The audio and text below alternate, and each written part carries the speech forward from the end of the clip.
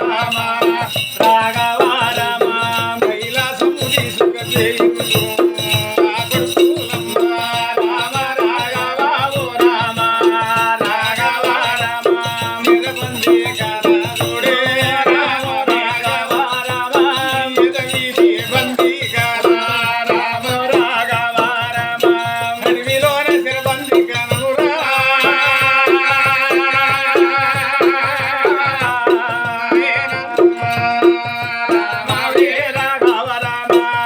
పడిలాగా సిరబంది కనుమ్మ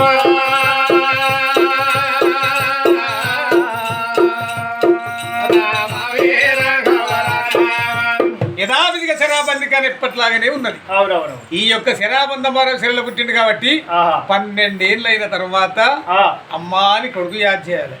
12 ఏళ్ళ తర్వాత నా కొడుకు ఏడి అని తల్లి యాద్ చేయాలి. అంత వరదాకా కైలాసం తీసుకుపోయి శరబంధ మహారాజు యథావిధిగా బందికానే ఉన్నదా అంతే ఉన్నది. ఆమె గత 10 నిమిషాలు ఆపదాం అక్కడ. మరి శాంబాపురి పట్టణంలో ఏం జరుగుతున్నది?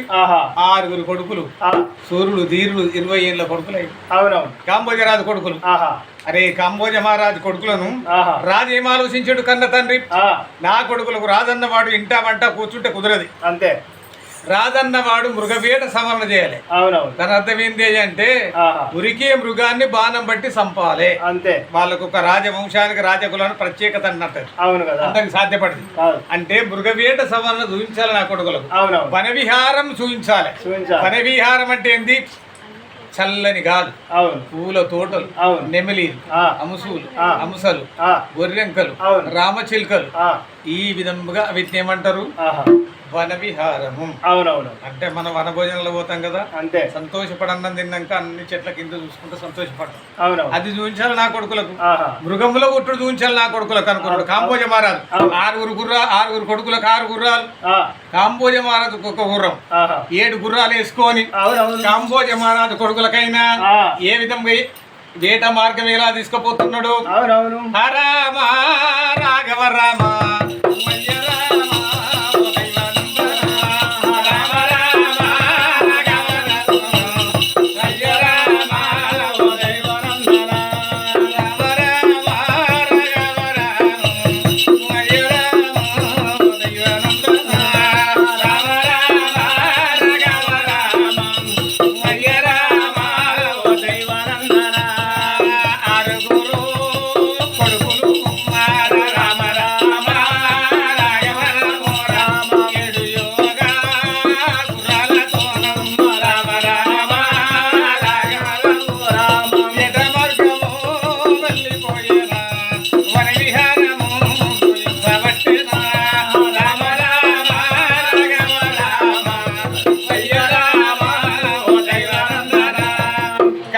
మహారాజు 6 కొడుకులు తీసుకొని వేట మార్గం చూపిస్తున్నాడు, వన విహారం చూపిస్తున్నాడు. నెమిలీలు గాని, హంసలు గాని, పూలు గాని, చల్లటి గాలి, పూల తోటలు 6 కొడుకులు చూపిస్తండి. వేట మార్గం అనగా ఉరికి మృగములు చంపిస్తున్నాడు కాంబోయ మహారాజు. కొడుకులారా సంతోషం, ఆనందం. మన రాజకులానికి రాజవంశానికి ఇది ప్రాముఖ్యత అనుకుంటా ఈ విధముగా అరణ్య మార్గం లోపల 6 కొడుకులతో కాంబోజ మహారాజు సంతోషపడుతున్నాడు, ఆనందపడుతున్నాడు. కొడుకులారా వేట మార్గం అయిపోయింది, వన విహారం అయిపోయింది, మృగముల సంపించుడు అయిపోయింది. ఇంకేముంది నా కొడుకులు చెప్పేది? ఏమి లేదు. అంటే ఇవన్నీ చూసి తిరుగు ప్రయాణం కావాలి. ఎక్కడికి పోవాలి? మళ్ళీ ఇంటికి పోవాలి. కాంబోజ మహారాజు కొడుకులారా సంతోషం, ఆనందం. అంటే ఇంటికి వెళ్ళిపోదా అని 7 గుర్రాలు మలుపుకున్నాడు కాంబోజ మహారాజు. క్షణ మాత్రం లోపల ఏం జరుగుతున్నది? అరణ్య మార్గం లోపల ఉత్తరం పుట్టేరా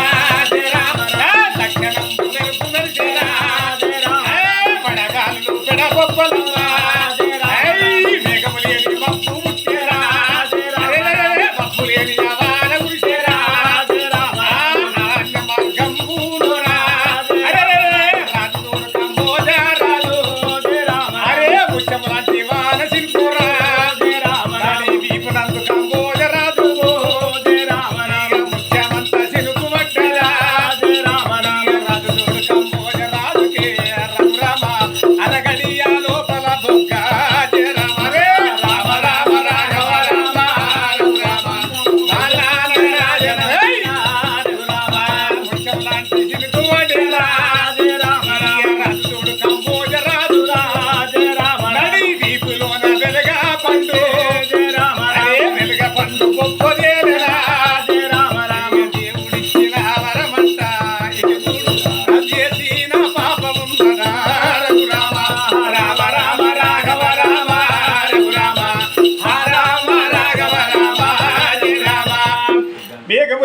మబ్బులు అని వర్షం వడగారులు పెడబొబ్బలు క్షణ మాత్రము లోపల భూమి ఆకాశం అంత ఏకమైనట్టుగా కాంబోజ మహారాజు దండకారణ్యం లోపల ముత్యము లాంటి ముత్యం ఎంత ఉంటది గంత శనుకు నడివీపున పడ్డది కాట కాంబోజ మహారాజుకు.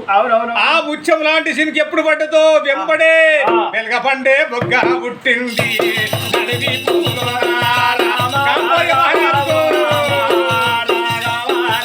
వెలగ పండంత బొగ్గ పుట్టి కత్తులతో గుద్దినట్టుగా కాంబోజ రాజుకో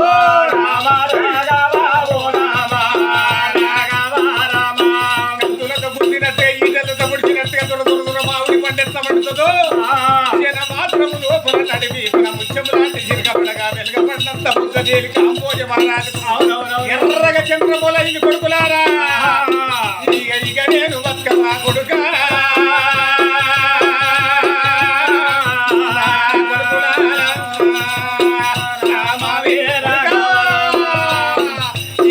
నేను బతుకమ్మా కొడుకా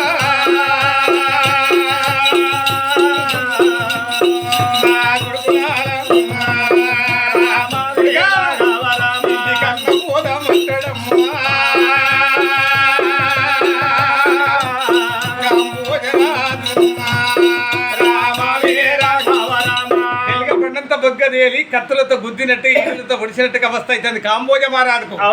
ఈ యొక్క పెడబొబ్బలకు ఈ అవస్థకు తట్టుకుంటలేడు. 6 కొడుకులు కాంబోజ మహారాజును తీసుకొని శాంబాపురి పట్నం ఇంటికి వచ్చే వరకు రోజు కాదు నిమిషానికింత పెరుగుతుంది, గడియకింత పెరుగుతుంది. ఏంటిది అది? రాసపుండు ముత్యం లాంటి చెనుకుని అడవిపిన ఎప్పుల పడ్డదు వెలుగబడ్డంత బొగ్గదేలది ఏమైతే రాసపుండు. ఆ బొగ్గ ఇచ్చుకపోయి కాంబోజ మహారాజుకు శివరక్తము కారా వచ్చేనా కాంబోజ మహారాజుకు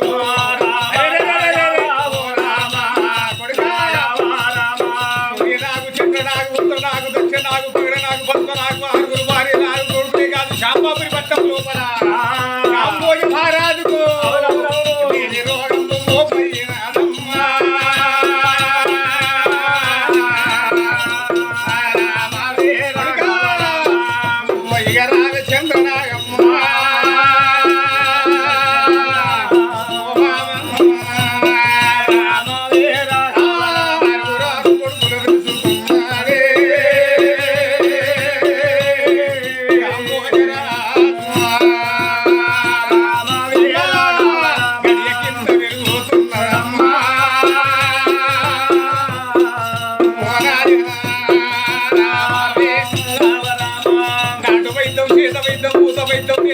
రాజ్యముందు ప్రపంచమందుల వైద్యులు పిలిపించిన సూదులు వేసిన మందులు ఇచ్చిన గాని కాంబోజ మహారాజును వెలగపడినంత బొగ్గ ఇచ్చపోయి రక్తం గారుతున్నది విప్రసుంది. ఏది కాంబోజ మహారాజు ఏమి తయారైతే రాసపురు లుకలు కొలుకులు విసురుతున్నాయి గడియకింత ఆ మాంసము ఒలుచుకొని తింటున్నాయట కాంబోజ మహారాజుకు. చర్మము లోపల అట్టిదే ఏంటిది డొలక చేస్తున్నాయి నర నరానికి బొక్క బొక్క పట్టుకున్నాయి. ఏమి రాస పురుగులు చేత వైద్యం నాటు వైద్యం భూత వైద్యం ఎన్ని చేసిన ప్రపంచమంతట వైద్యులు తీసుకొచ్చిన గాని కాంబోజ మహారాజుకు ఆ రాస పుండు అనేది పుండుకు మందు పెట్టి మానిపే అటువంటి మానవుండు దొరుకుతలేడు. కాంబోజ మహారాజుకు తెల్లారుచున్నది పొద్దుకుచున్నది ప్రపంచమంతట కింది మీదైతున్నది శాంబాపురి పట్నము లోపల తండోపతండా రాజింటి ముందట ప్రజలందరూ పనులు పాటలు వదిలిపెట్టి చూస్తున్నాడు కాంబోజ మహారాజు. అయ్యో శంకర భగవంత మమ్మల జాది అటువంటి రారాజుకు లేని భీమరచన మందు పెట్టి మానిపే మానవుండు ప్రపంచంలో దొరుకుతలేడు కాంబోజ మహారాజుకు. రోజుకింత గడియకింత ఏముంటది మాంసములకి అట్టిదే దొలక కాంబోజ మహారాజుకు కింద కూడా చేసి ఉన్నారమ్మా.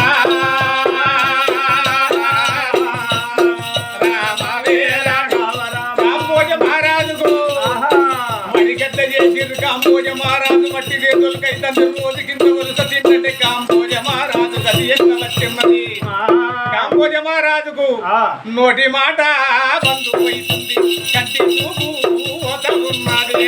రామ రామ రాఘవ రామ దేవ రామ దైవ రామ రాజుడు కాంబోజ రాజు రామ రామ రాఘవ రామ రసపుండు పుట్టిన రామ రామ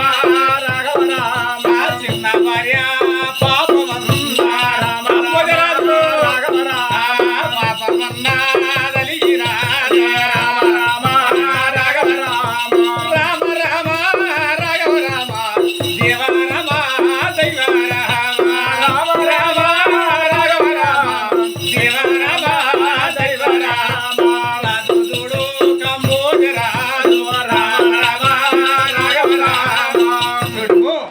కాంబోజ మహారాజుని వరకెట్లేసిరు. కంటి చూపు లేదు, నోటి మాట లేదు. కాంబోజ మహారాజు బతుకుడు ఎన్ని రోజులు ఉన్నది? ఊరంతా కలిసి కాంబోజ మహారాజు ఎన్ని రోజులు బతుకుతాడు? అవును కదా. బతుకుతా చచ్చిపోతాడా?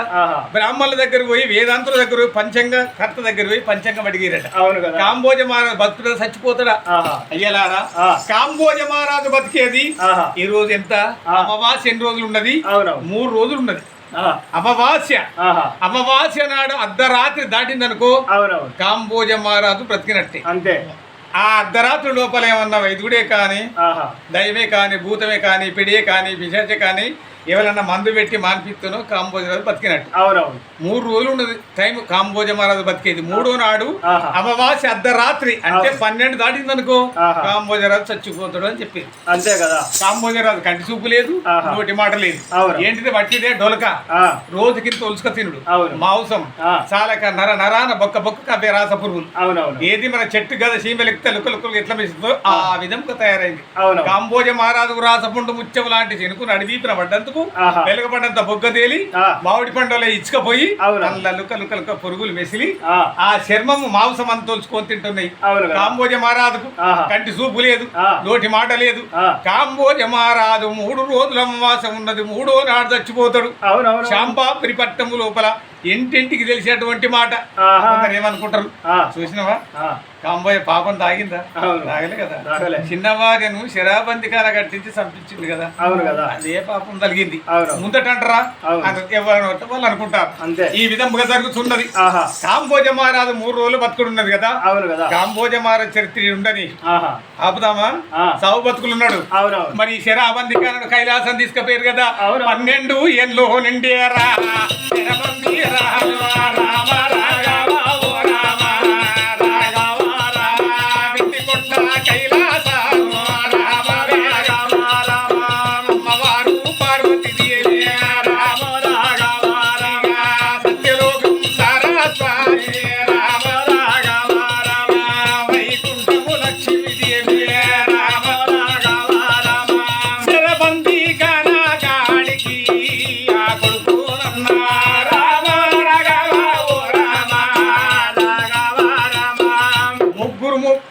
కలిసి లక్ష్మీదేవి పార్వతి సరస్వతి కలిసి 12 ఏళ్ళు ఎప్పుడు నిండయో యథావిధిగా శరాబందికానికి తీసుకొచ్చి ఆ శరాబందికాన నోట విభజించి గోట మంత్రి శరాబందికాన మీద కొట్టగా అద్దాల మేడైంది.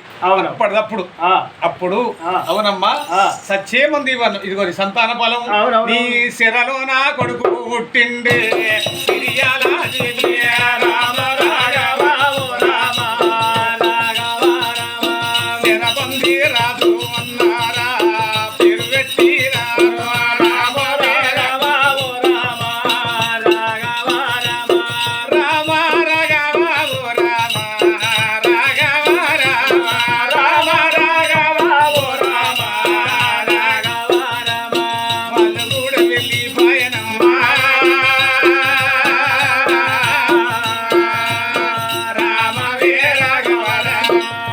సిరియాలదేవి కొడుకు శరబంధరాజును అప్పచెప్పి ఎవరి లోకం వాళ్ళు వెళ్ళిపోయారు.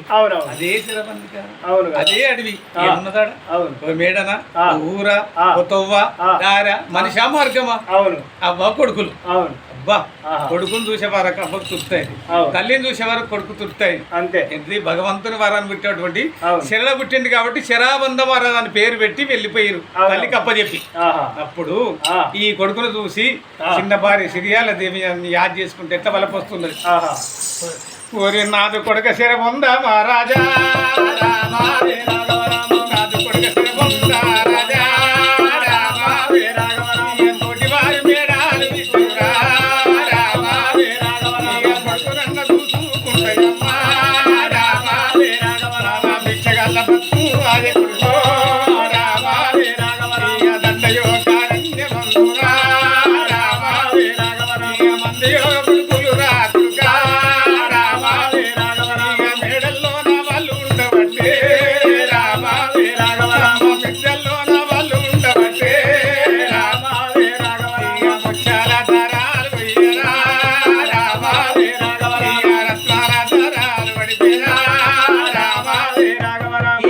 చూసుకుంటా ఆ దండకారణ్యం లోపల ముత్యాల రీతిగా వలపోస్తున్నదట చిన్న భార్య సిరియాలదేవి.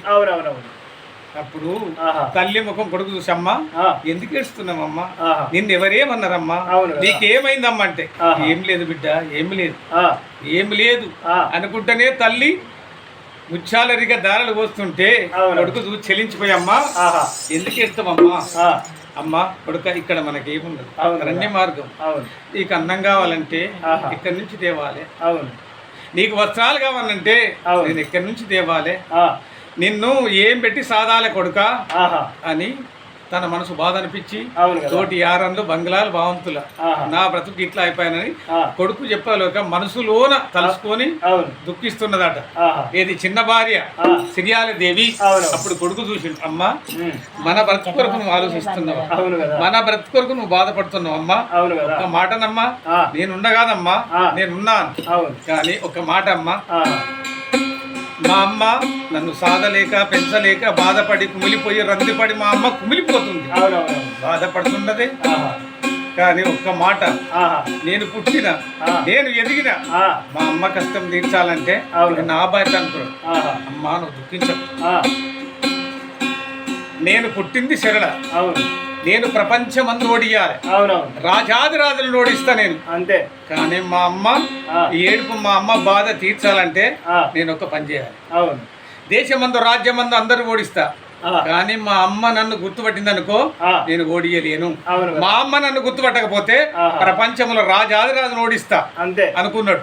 అమ్మా నువ్వు దుఃఖించకమ్మా, నేను అడవికి పోతా పొలమో పండుగ తీసుకొస్తామ్మా, ఏదో ఊరు దారి పోదాం, ఎందుకు వేస్తామమ్మా దుఃఖించకమ్మా అని తల్లికి సమానం చెప్పి అడవికి వేయిండు. ఏం వేషం కడుతున్నాడు కొడుకు శరబంద మహారాజు, అరే బాబాజీ వేషము కట్టేరా శరబందారా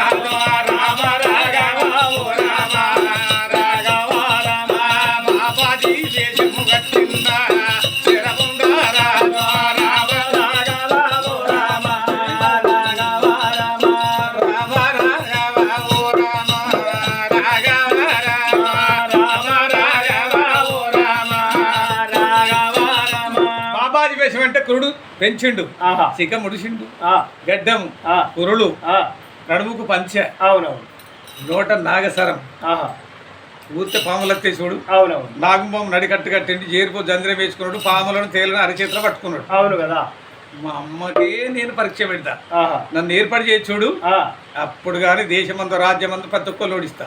మా అమ్మ నన్ను ఏర్పాటు చేసింది అనుకో నేను ఓడియలేదు, కాన చేస్తాను పేండ, అదే చెట్టు కింద శరాబన్ని కనకడ కూర్చున్నది, కూర్చుండి ఈ యొక్క పొయ్యవాని వేషం కట్టి ఏమని అడుగుతా, అమ్మా దానమన్నా నువ్వు చెయ్యమ్మా